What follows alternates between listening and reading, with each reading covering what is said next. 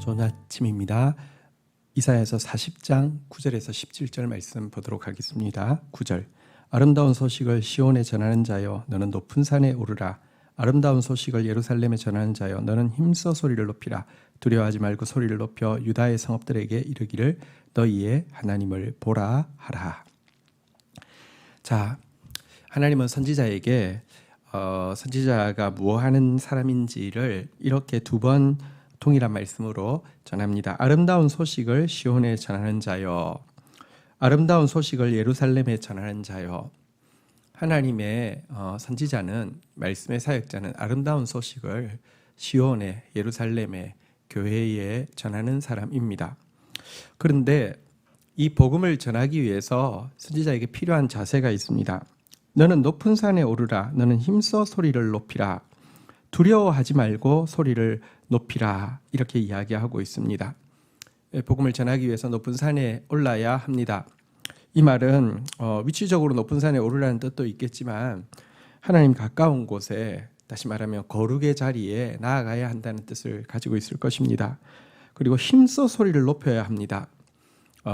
이것은 하나님의 말씀이기 때문에 담대하게 전해야 된다는 뜻이겠죠. 두려워 말고 소리를 높이라고 이야기하고 있습니다. 하나님의 말씀을 담대하게 전할 때 우리 안에 여러 가지 두려움이 있습니다. 자기를 바라볼 때에 자신감이 없어질 수도 있고요. 상황을 바라볼 때에도 자신감이 없어질 수 있고요. 말씀을 받는 대상을 바라볼 때도 자신감이 없어질 수 있습니다. 그래서 하나님의 말씀임에도 불구하고 소리가 쑥 들어갈 수도 있습니다. 그래서는 안 됩니다. 하나님의 선지자는 아름다운 소식을 전하는 사람입니다.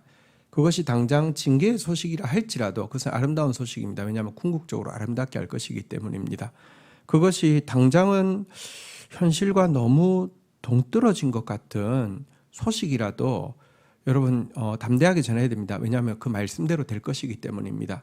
현실로는 황폐하고 희망이 없어 보인다 할지라도 주께서 위로의 소식을 전하라고, 회복의 소식을 전하라고 하면 담대히 전해야 합니다. 그대로 될 것이기 때문에 그렇습니다. 그래서 선지자는 높은 곳에, 거룩의 자리에 서서요, 믿음으로 말미암아 힘써 외쳐야 되고요, 모든 두려움을 떨쳐버려야 합니다. 자, 그런데 아름다운 소식을 전하는 선지자가 힘써 그리고 담대하게 높은 곳에서 외쳐야 되는 메시지의 내용은 9절 하반부에 나온 대로 너희의 하나님을 보라입니다. 이것이 아름다운 소식입니다. 너희의 하나님을 보라. 너희의 하나님을 보라. 여러분, 자신의 약함, 상황의 엄중함, 사람들의 준비되어 있지 않음을 보면은 여러분, 우리는 계속해서 낙담이 될 것이고 주님이 주시는 위로의 소식도 받아들일 수 없을 것입니다. 그러나 구원은 눈을 들어 하나님을 바라볼 때 시작되어집니다. 하나님은 정말로 크신 분이시고, 하나님은 완전하신 분이시고, 하나님은 결코 시건치 않은 분이시기 때문에 그렇습니다. 복음은 무엇이냐? 너희의 하나님을 보라입니다. 하나님을 볼 때에 아름다움이 시작되어지고 구원이 시작되어집니다. 10절 보라. 주 여호와께서 장차 강한 자로 임하실 것이요 친히 그의 팔로 다스리실 것이라. 보라, 상급이 그에게 있고 보응이 그의 앞에 있으며. 11절 그는 목자같이 양떼를 먹이시며 어린 양을 그 팔로 모아 품에 안으시고 젖먹이는 암컷들을 온순히 인도하시리로다. 10절에도 보면요, 다시 한번 보라라고 이야기하고 있고요, 또 중간에도 보면 보라라고 이야기하고 있습니다. 여러분, 우리가 눈을 들어 하나님을 보는 것이 구원의 시작임을 잊지 않아야 합니다. 하나님은 어떤 분이십니까? 주 여호와께서 장차 강한 자로 임할 것이다, 이렇게 이야기하고 있습니다. 또 친히 그의 팔로 다스리실 것이다, 이렇게 이야기하고 있습니다. 또 상급이 그에게 있고 보응이 그 앞에 있다라고 이야기하고 있습니다. 그분은 강한 자이십니다. 그분은 친히 통치하실 것입니다. 또한 그분에게는요, 자기 자녀를 향한 징계를 달게 받은 자기 자녀를 향한 여러분 상급이 있고요. 또 원수에 대한 보복이 있고요. 이 하나님이십니다. 특별히 그의 약한 양무리들, 가난한 자들에 대해서는 목자같이 양떼를 먹이시고요. 여러분 양떼 중에서 어린 양이 있습니다. 어린 양은 이 대열에 잘 따라오지 못할 경우에는 목자가요, 그 팔로 모아 품에 안고 가시는 분이시고요. 또 양 중에서 젖먹이는 암컷들이 있습니다. 혼자 무리를 따라가는 건 쉽지만 젖먹이는 암컷이 또 그 무리를 따라가기가 쉽지 않을 수 있잖아요. 왜냐하면 힘도 많이 붙이고 막 이럴 수 있지 않습니까? 그래서 이들을 인도함에 있어서 그 젖먹이는 암컷, 제일 이렇게 따라오기에 힘들어하는 그 암컷의 속도에 맞추어서 온순하게 인도하시는 분이시다, 이렇게 이야기하고 있습니다. 그래서 주님이 이사야서 40장 시작하면서 선포하신 위로하라, 내 백성을 위로하라, 이제 위로의 때가 시작될 것이다 라고 하신 말씀이 젖먹이는 암컷도 힘들어서 그 하나님 약속 따라가면 이루어질 텐데 못 따라갈 만한 속도로 가지 않고요. 어린 양도 도저히 따라갈 수 없어서 그 축복을 못 받을 것이 아니라 품에 안아서라도 속도를 온순히 늦추어서라도 반드시 그대로 임하게 하시는 분이 우리 주 여호와다라고 이야기하면서 그를 바라보라, 이렇게 이야기하고 있습니다. 자, 그리고 이어지는 내용 한번 좀 보도록 하겠습니다. 우리 12절 보겠습니다. 누가 손바닥으로 바닷물을 헤아렸으며 뺨으로 하늘을 쟀으며 땅에 티끌을 대에 담아 보았으며 접시 저울로 산들을 막대 저울로 언덕을 달아 보았으랴. 여러분, 우리 하나님이 얼마나 크신 분이신지에 대해서 알면 우리 하나님을 바라보는 것 자체가 너무너무 큰 기쁨이 되고 너무너무 큰 위로가 되고 소망이 될 것입니다. 하나님 얼마나 크신 분이십니까? 여기 보니까 바닷물을 손바닥으로 헤아릴 사람이 어디 있겠습니까? 한 번, 두 번, 세 번 이렇게 바닷물을 이렇게 해가지고 몇 손바닥이네, 이거 여러분 바닷물 다 헤아릴 때까지 이렇게 할 수 있는 사람 인간 중에 있겠습니까? 하늘을 뺨으로 잴 수 있는 사람이 있습니까? 한 뼘, 두 뼘, 세 뼘, 온 하늘을 진짜 뺨으로 잴 수 있는 사람이 누가 있겠습니까? 땅의 흙을 대박에 담아 볼 사람이 누가 있겠습니까? 흙을 다 퍼가지고요, 대박에 담아서 한 대박, 두 대박, 세 대박, 네 대박, 잴 수 있는 사람 지구상에 있겠습니까? 접시 저울로 산들을, 막대 저울로 언덕을 다릴 사람이 누가 있겠습니까? 이 산이 얼마나 무게가 되냐 해서 접시 저울이란 무엇입니까?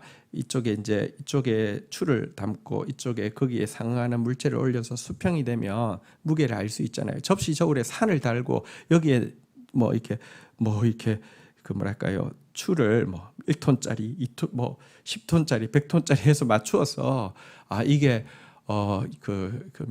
몇십만 톤입니다, 이렇게 잴 사람 누가 있냔 말입니다. 인간은 할 수 없습니다. 그런데요, 하나님께 이 일은 아무것도 아니라는 말입니다. 이어지는 또 내용 볼까요? 누가 여호와의 영을 지도하였으며 그의 모사가 되어 그를 가르쳤으랴. 또 여러분, 하나님은 아무도 그에게 이렇게 뭐랄까요, 도움을 주는 어드바이스나 카운셀러를 두고 도움받아야 되는, 내가 몰랐는데 그 말 듣고 보니까 이거 참 도움되네, 너 없었으면 어쩔 뻔했어, 실수할 뻔했네, 이런 일이 전혀 없는 완전한 분이십니다. 어떤 의논 상대도 교사도 상담사도 필요하지 않는 완전한 지혜자이십니다. 그래서요, 14절, 그가 누구와 더불어 의논하였으며 누가 그를 교훈하였으며 그에게 정의의 길을 가르쳤으며 지식을 가르쳤으며 통달의 도를 보여주었느냐. 아무도 그럴 필요가 없는 완전한 지혜자이십니다. 또한 15절을 보니까 보라, 그에게는 열방이 통에 한 방울 물과 같고 저울의 작은 티끌 같으며 섬들은 떠오르는 먼지 같으리니. 하나님이 얼마나 크신 분이냐. 인간은요, 아까 본 바대로 바닷물을 손으로, 하늘을 뺨으로, 산들을 이 저울로 잴 수 없지만 하나님께 있어서는 열방은요, 이 바케스에 다 물 버리고 나서 한 방울 묻어 있는 물에 지나지 않고, 혹은 저울에 작은 티끌, 여러분 뭐 전자저울이라 하더라도 티끌 하나 살짝 올라 있는 거 무게 아마 못 잴걸요. 하나님 앞에서 여러분 열방은 작은 저울의 티끌에 지나지 않습니다. 섬들은 물 위에 떠 있는 컵에 보면 물 담아둬도 이렇게 먼지 가끔 이렇게 떠 있잖아요. 그게 섬들이 그거에 지나지 않는다고 이야기하면 제주도가 그거에 지나지 않고요. 아니면 호주 대륙이 섬이잖아요. 그게 먼지 하나에 지나지 않는다고 이야기합니다. 하나님 얼마나 크신 분이십니까? 16절. 그래서요, 레바논은 땔감에도 부족하겠고 그 짐승들은 번제에도 부족할 것이라. 17절. 그의 앞에는 모든 열방이 아무것도 아니라 그는 그들을 없는 것 같이 빈 것 같이 여기시느니라. 그래서 그분을 바로 그분의 영광에 걸맞게 예배를 드리려고 하면 레바논의 백향목을 땔감으로 다 한꺼번에 써도 부족하고요. 거기에 있는 짐승들을 한꺼번에 다 잡아 번제해도 부족할 정도로 하나님은 정말 영광스러운 분이십니다. 하나님 앞에 모든 열방은 아무것도 없는 것과 마찬가지입니다. 빈 것과 마찬가지입니다. 이런 분이 하나님이십니다. 그런데 어떻게 그 대적들, 그 상황들, 그 사람들 때문에 여러분 두려워하고 그것 때문에 안 될 거라고 생각하십니까? 하나님을 바라보십시오. 하나님의 전능하심과 전지하심 앞에 겸허히 서십시오. 여기에 구원이 있습니다. 주신 말씀 붙잡고 기도하며 나가도록 하겠습니다. 하나님, 오늘도 아름다운 소식을 전해주셔서 감사합니다. 소리 높여 또 담대하게 선포해 주셔서 감사합니다. 우리에게 두려움 없이 하나님을 바라보라고 외쳐 주신 것을 인하여서 감사합니다. 강하신 하나님, 통치자이신 하나님, 심판자이셔서 반드시 보복하시고 보응하실 하나님, 구원자이셔서 양떼처럼 어린 양을 품에 안으시듯이 젖먹이는 암컷을 온순히 인도하시듯이 우리를 인도하여서 하나도 잃지 아니하시는 주님, 오늘도 그 하나님의 크심을 보고 그 하나님을 바라봄에 구원을 확신하게 하여 주시고 그 하나님의 완전한 지혜 앞에서 겸손하게 당신의 말씀이 이루어질 것을 신뢰하며 사는 자 되어질 수 있도록 인도하여 주옵소서. 하나님보다 큰 것이 있는 사람 되지 않게 하여 주옵소서. 하나님보다 두려운 것이 있는 사람 되지 않게 하여 주옵소서. 눈을 주님께 맞추는 온 종일이 되어지도록 저희들을 축복하여 주옵소서. 예수님의 이름으로 기도 올립니다. 아멘.